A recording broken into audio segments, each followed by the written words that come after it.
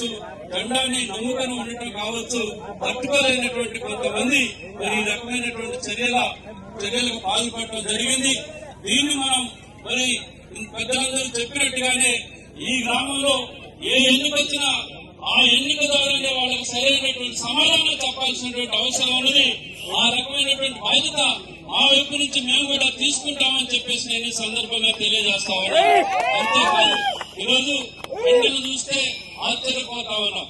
దొంగ అన్నట్టుగా మరి మీ యొక్క ఖండాలు ఉన్నాయి.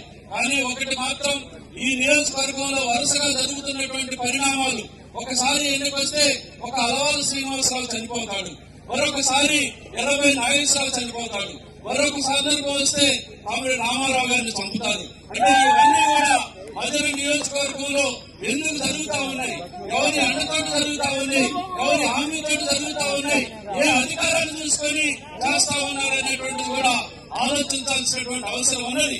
అందుకని ఇటువంటి హత్య రాజకీయాల్ని, ఇటువంటి భయపెట్టి మరి విజయాలు సాధించాలనేటువంటి రాజకీయాల్ని మానుకొని నిజంగా మీకు ప్రజాస్వామ్యం మీద నమ్మకం ఉంటే రామారావు గారిని చంపినటువంటి దోషుల్ని కఠినంగా శిక్షించే దానికోసం, నిర్దాక్షిణ్యంగా నిష్పక్షపాతంగా మరి ఈ కేసుని దర్యాప్తు చేసే దానికోసం మీరు కూడా సహకరించి మీ నిజాయితీని నిరూపించుకోవాలని ఈ నియోజకవర్గంలో ఉన్నటువంటి పెద్దలకి నేను హెచ్చరిక చేస్తూ రామారావు గారికి మరొకసారి నేను దోహాలు అర్పిస్తూ నాకు అవకాశం ఇచ్చినటువంటి మిత్రులందరికీ కూడా